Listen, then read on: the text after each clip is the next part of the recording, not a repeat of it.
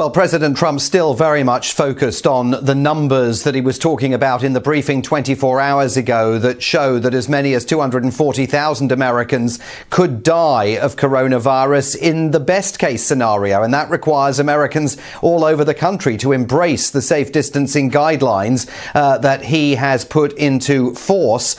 He is welcoming the move by the governor of Florida, Ron DeSantis, to impose essentially a stay-at-home order on the Sunshine State. There are those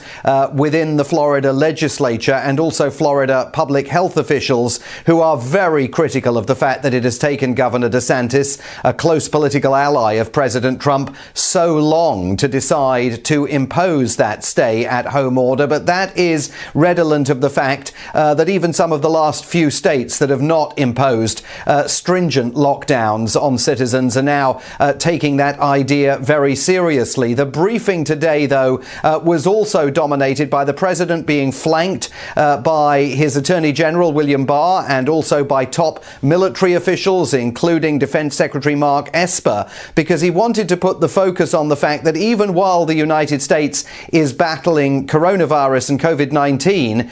it is also going to continue pursuing counter-narcotics efforts in a bid to crack down on drug cartels that the president said might now seek to take advantage of the United States, given that they may conclude America's attention is focused in a different direction. So the president said during the course of this briefing that he is absolutely determined that the country should retain its focus on the war against drugs.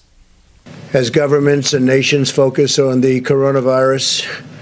there's a growing threat that cartels, criminals, terrorists, and other malign actors will try to exploit the situation for their own gain, and we must not let that happen. We will never let that happen. And the fact that the president chose to use the briefing to unveil that strategy, I think underscores the fact that these daily briefings now are very much part and parcel of his day at the White House. He sees them as being highly effective, a very immediate way of reaching the American public. And